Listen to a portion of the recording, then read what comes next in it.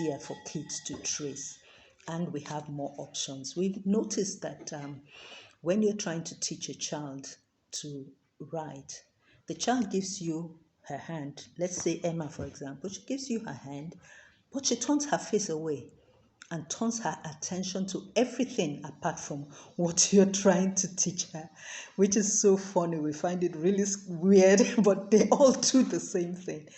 But you see, you don't try and force the child's attention. Don't try and coerce the child.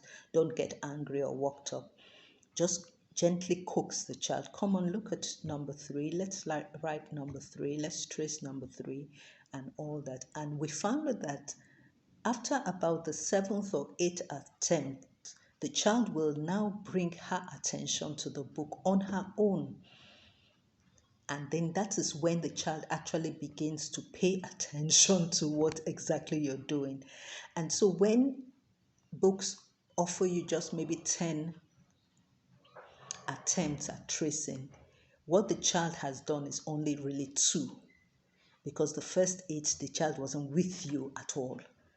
So we have increased it to almost 20 options, because we know the first 10 is just the runway, taxing for takeoff. The child is not really paying attention. And so a lot of teachers have gotten frustrated. Why isn't this child learning? This child maybe isn't ready to write. Let's leave the child and all that. But no. You need to continue. After the 7th, the 8th, when you see the child is not paying attention and looking at what you're doing, then you can now assume that you have started working. So it's from attempt number 11 maybe to 20 that actually creates the tracing exercise for that day.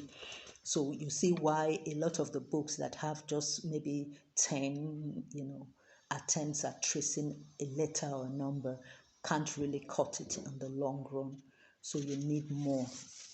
And that's what the Alpha Kindergarten Workbook series does present to you. We give you much, much more,